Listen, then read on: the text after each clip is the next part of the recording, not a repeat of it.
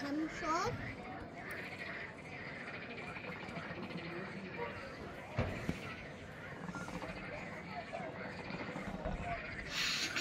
یه شب دلنشین، یه حال خوب، یه شب دلنشین، یه هوای خوب، ساعت 12:30 شب. بعد توی یه جای خیلی زیبا تو همین گوشه کنار،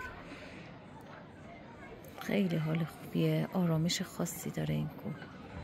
این رودخونه صد دیگه،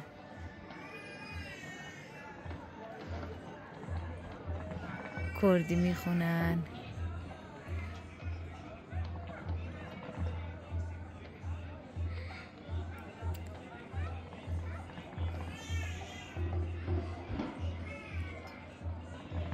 خیلی خوبه، خیلی.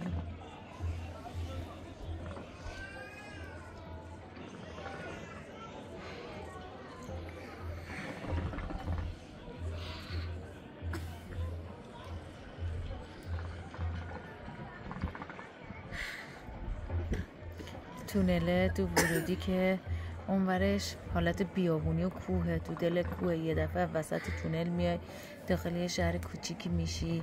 حجیجه اسم شهر کوچیک، روستای کوچیک که آدمای باصفایی دارن.